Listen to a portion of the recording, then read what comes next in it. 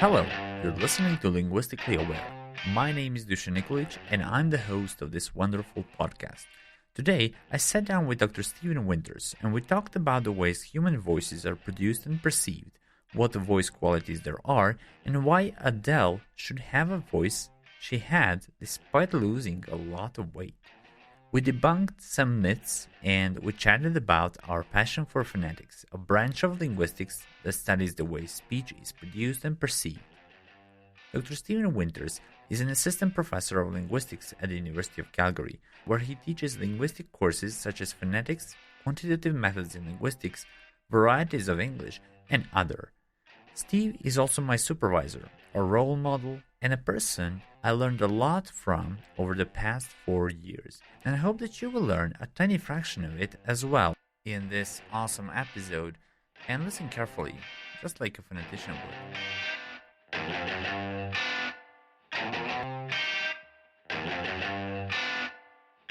Before you tune in to our conversation, and before you listen to some awesome music that I'm going to play today for you, it is essential to acknowledge that this is CJSW 90.9 FM radio station, broadcasting on the traditional territories of all the people who make their homes in the Treaty 7 of southern Alberta.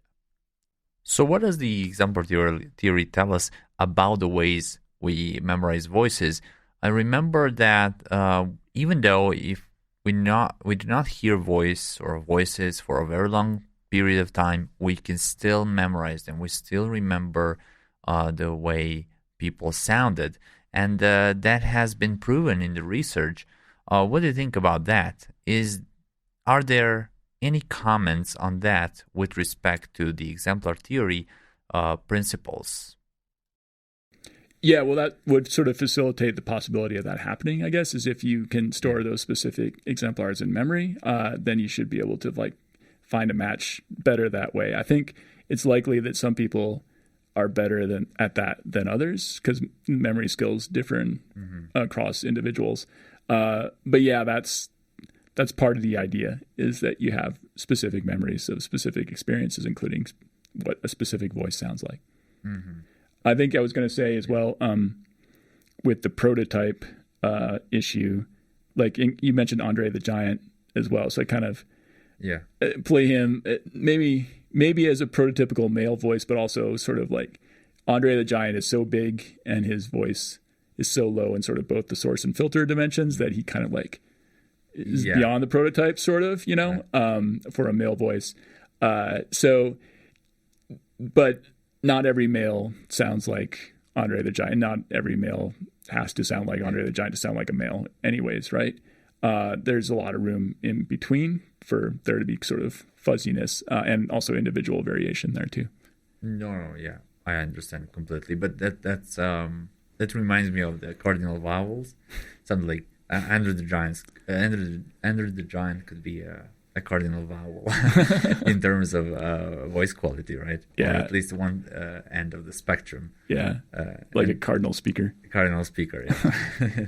And then we can, judge based on his quality the rest. The rest of us, right? Or the rest of it's 80% Andre for that voice. 80%, yeah. Okay, great. So. Yeah, I do have some. I do have a popular example actually. Okay, we don't have to go back to Andre the Giant and Julia Child, who I'm mentioning for the 10th time, but we can go to Adele. There were recent news that I've read, and maybe we can debunk this myth. So I've read somewhere that people are wondering why Adele, the singer, you probably you know her, I guess. So she lost a lot of weight, right? And people are wondering why her voice is still the same, amazing or awesome, whatever they want to describe it. So they're wondering why the voice remained the same when she lost a lot of weight. Is that something that is not characteristic, or is just a myth that you need to have a different voice, that you don't have maybe such a strong voice when you lose weight, or when you gain weight, you're I don't know, you can sound like opera singer. Yeah, well, I think that's not a prototype, but more of like a stereotype that it's all over until the fat lady sings, that sort of idea, right? That in opera the female sopranos tend to be heavier, and the idea, I guess, is that it allows them to project their voice better if they have sort of more mass with which to exhale or whatever they're singing on, right? The thing is that these sort of fundamental physiological like structures that you use to actually speak, they don't depend on how much fat or weight you have, really. Mm-hmm. So like if Adele loses some weight, it's not going to change the shape or length of her vocal folds or the shape or length of her vocal tract either. And in fact, it's not going to shape like how she plans her articulations either, right? How she actually says the stylistic way in which she speaks or sings. So there's really no connection to be made there. I mean, I can imagine, you might think in terms of like lung capacity or something like that. Maybe if you had bigger lungs, you might be able to sing louder or longer. Like in the old days, opera singing, and I think opera singing is still like this, it's not amplified, right? So they actually have to project to a whole auditorium. Yeah. I'm sure Adele could do that too, even though she probably normally sings amplified. But, I guess I would say I've read some of the music literature on like voice training, that sort of thing. And they use a lot of terms that we don't use in phonetic sciences because they don't really match up to anything we know about how you actually produce speech.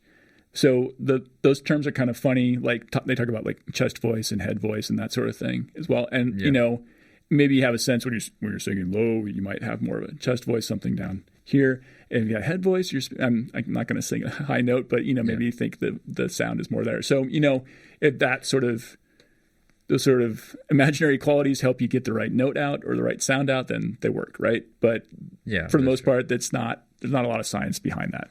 Yeah. I hear vocalists do that, mentioning some chest voice or head voice. And that's when I heard for the first time those expressions, because these are not regular in phonetics and in the science of speech articulation. I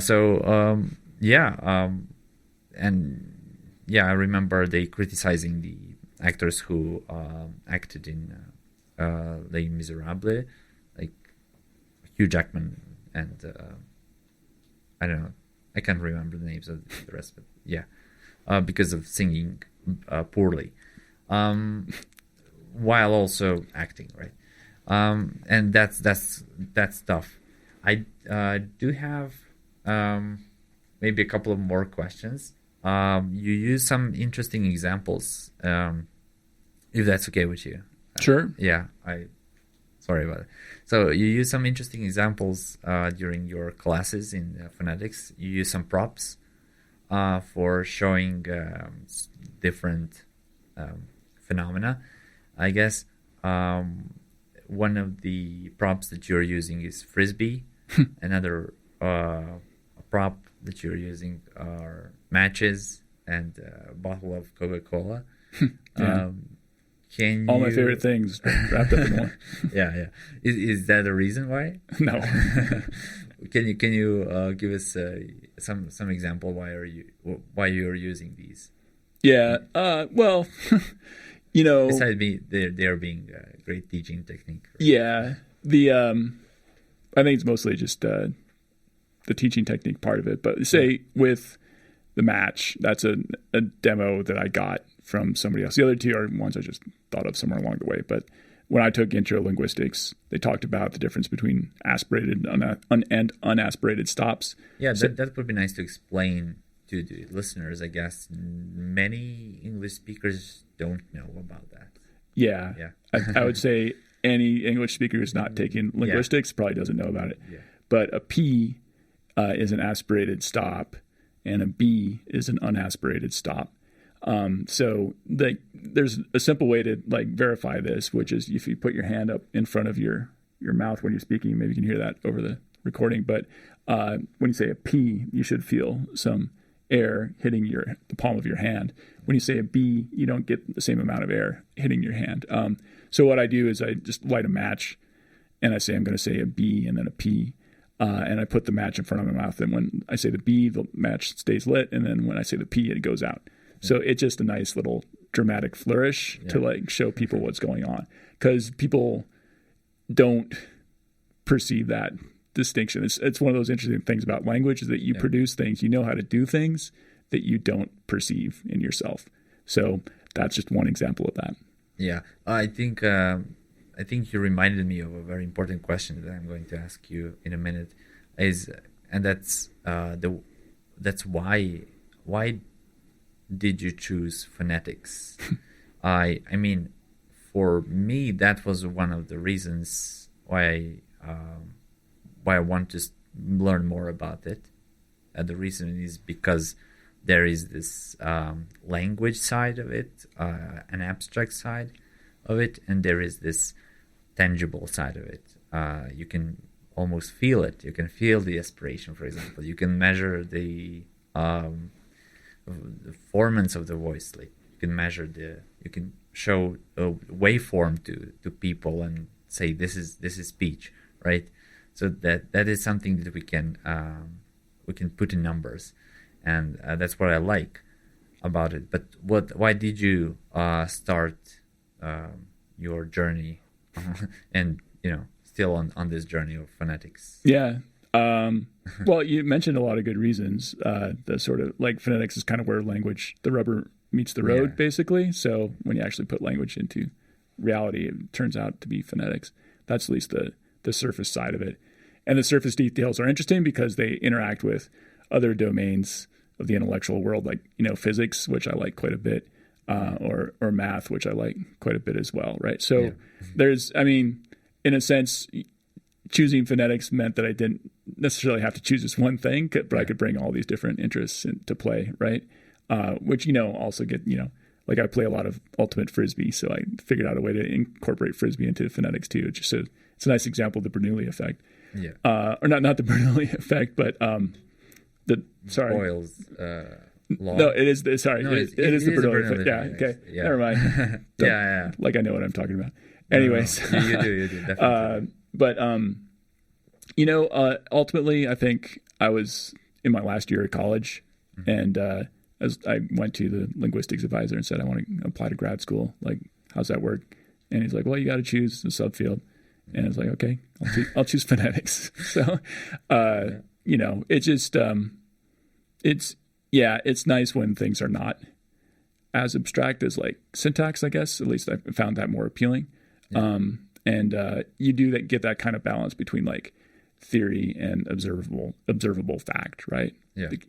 We can actually measure things and see if they square up with our, presuppositions about how they work, which again, not to hammer on the exemplar side too much, but the exemplar theory of speech perception is nice because it's testable in a relatively straightforward way. Like other theories of speech perception are just sort of like stories you tell about how the process works. But with exemplar theories, you can build a model. And this is the computational side that I like, and say, like, feed it some memories and categorizations and see if they can actually categorize new experiences in the same way. So all that just is part of the fun for me, I guess.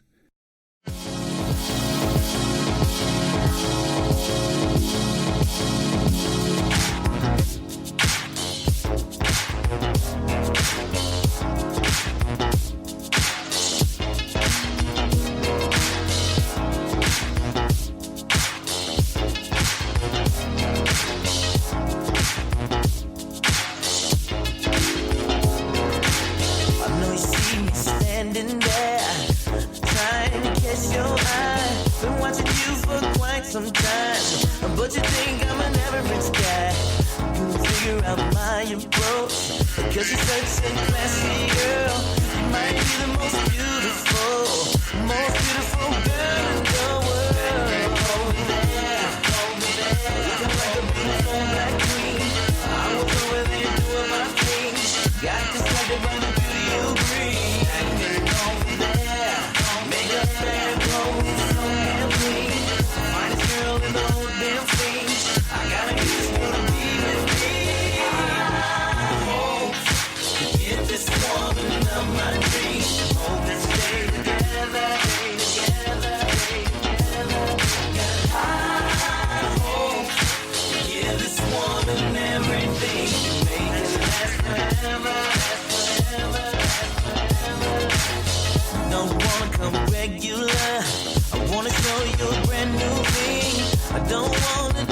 respect it. I wanna do more than buy you things. I only wanna compliment you, forever make you feel free. And from the very first moment I saw you, I knew you were the one for me. Yeah. Like a beautiful black queen. I was waiting for my thing. Got distracted by the beauty you bring. Make up fair clothes, so damn clean. Finest girl in the whole damn scene. I gotta get this girl to be with me. Oh, baby, this one of my dreams. Stay together, stay together, stay together. Give this woman everything to make her last forever. That's forever, baby. I'm finally gonna take my chances and try to get you in my life. I'm not gonna pass this by and you become some other man's wife. I've never felt like this before, loving some girl from afar, but you shine bright as the sun. I had to know who you were. Looking like a beautiful black queen. I was over there doing my thing. Got distracted by the beauty you bring. Made up very close, so damn clean. Finest girl in the whole damn scene. I gotta get this girl to be with me. Oh, yeah, this woman of my dreams. Stay together, stay together.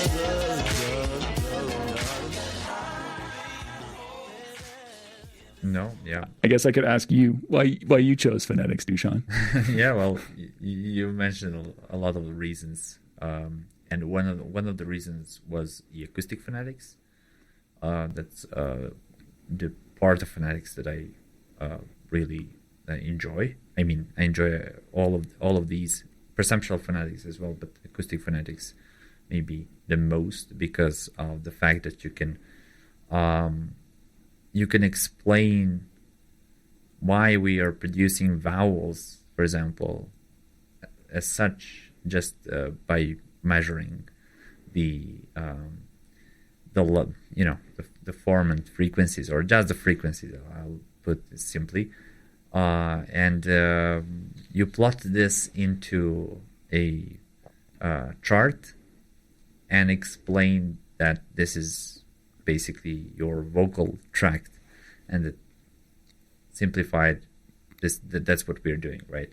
So, yeah, I think at one point I was doing some research on how English speakers, American English speakers, produced, and I found in Serbia 2 English speakers at that time, 2 American speakers, which is fascinating, right?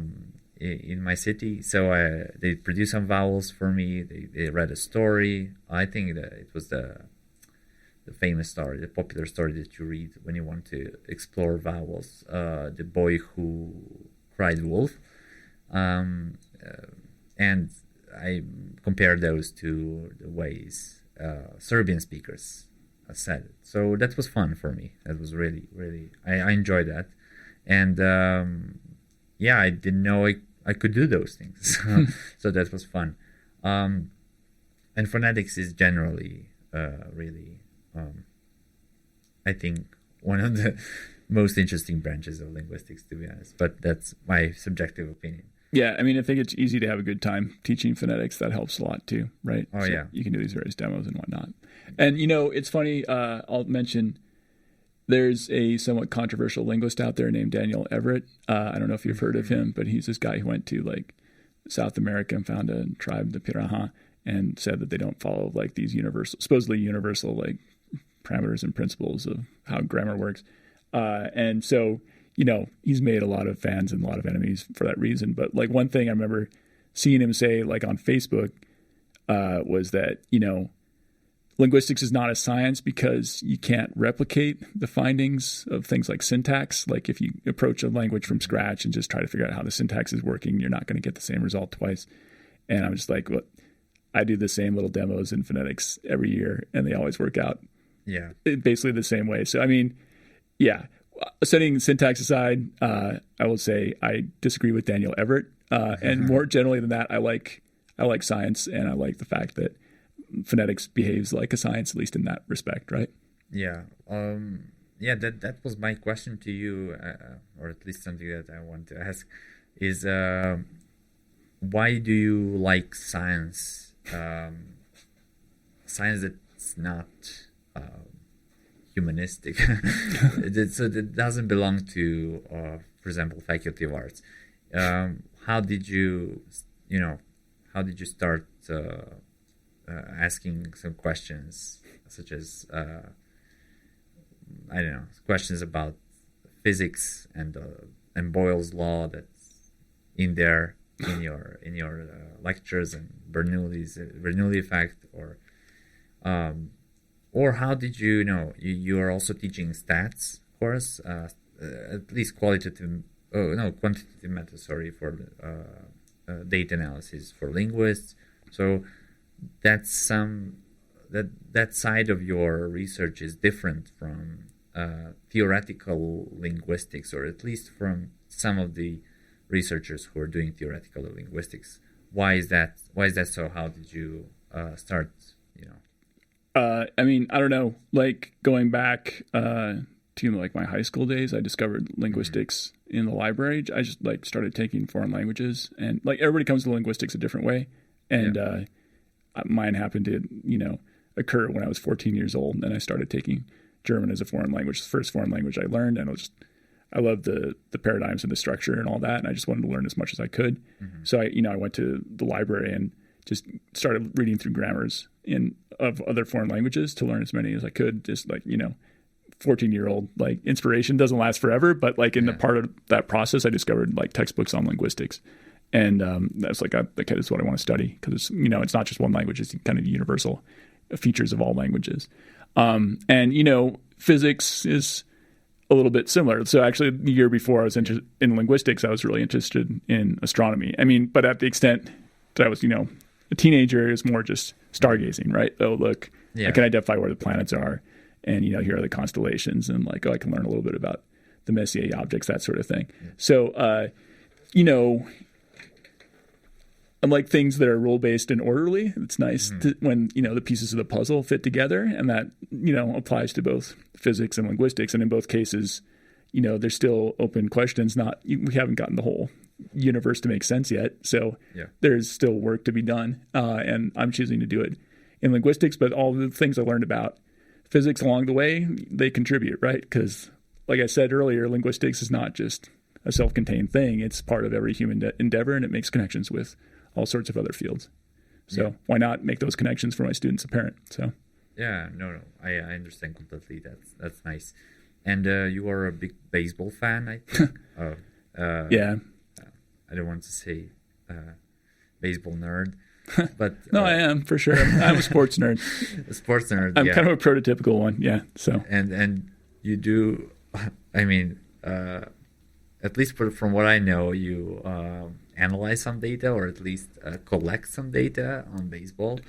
Yeah, I haven't done that since COVID hit, just because the world got topsy-turvy. But I have my own sort of paradigm for baseball statistics, and there's a website, basesproduced.com, if you want to check it out. But I haven't updated it in a couple of years. But yeah, I mean, that's also kind of just trying to make the pieces of the puzzle fit for baseball, which in general they don't. But I came up with that paradigm over 20 years ago, actually 1998. Never published it to the extent that I want to, but in the world of baseball, stats has changed since then. People have become much more quantitative in general and are less like focused on the events of the game. But it's it's a system that I like to sort of work on, because I know I'm the only person working on it, and there are a few fans out there. They contact me every once in a while, so I like to keep it going for that reason.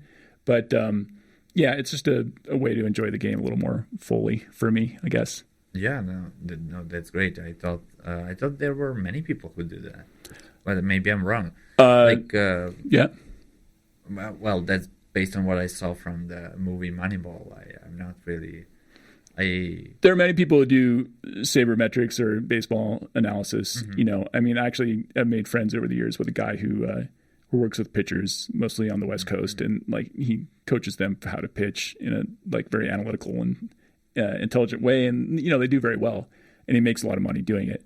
My stats are not applied like that. They're just, here's what happened in the game, and here's a way to organize it in a way that sort of shows the commonalities amongst otherwise different stats. Mm-hmm. Wonderful, thank you. We talked about the voice qualities. We talked about many aspects of phonetics, and we talked about why we like phonetics, why it's passionate for us. For the end of this podcast, I'd like to ask you one question. Why do we keep having those stereotypes against, or just stereotypes of different types of voices? Yeah, I don't know if I actually said that, because the sad part is that when you look at what people actually do, they come up with stereotypes, and they do come up with prejudices for whatever reason, right? But you're right. There's no reason to, make assumptions that have no basis in evidence when, somebody's trying to do something good for the world, like become a teacher or what have you, right? Yeah. So, yeah. And that's actually another thing I forgot to mention about the creaky voice, is that there is a study out there that looked at like how people respond to different voice qualities in like job interviews, and like young women using creaking voice were often evaluated as like less capable or less intelligent, just because of that voice quality, right? But yeah, so like the more you learn about the fact that it's not indicative of those things, the better off you will be in life, and sort of evaluating other people, right? So right, yeah, I'm glad you brought that whole point up, Dushan. No, that's the, let's say, the point of it. Talking a little bit about not just explaining why or not just explaining these concepts and terms, but talking about them, because they're not, some of the prejudice are not based on science. Thank you very much. Yeah. I think we have a great podcast here, and thank you for joining me in the studio, in the radio station, which is where we are at now, and hopefully we can continue recording here. Sure. Yeah. So thanks for having me on. This is fun. So. Thank you. That was a phenomenal Dr. Stephen Winters. If you want to listen to the upcoming episodes of Linguistically Aware, make sure to stay tuned to CJSW 90.9 FM radio station. If you want to find out more about Calgary Linguistics, visit calgarylinguistics.ca. If you want to find out more about myself, visit my homepage, DUSANNIKOLIC. If you want to find out more about Dr. Winters, you can check out ufclinguistics.org. Thank you for listening, and please don't change the station. You know you're right.